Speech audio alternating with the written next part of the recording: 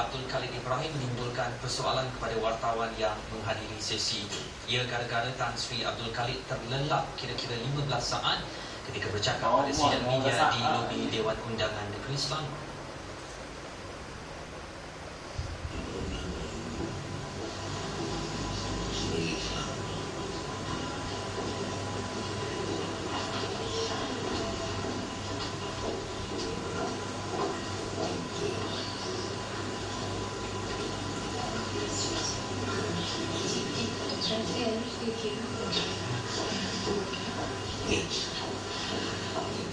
Beliau turut terlelap kembali selepas Speaker Dun Hanayo menyambung sidang media berkenaan.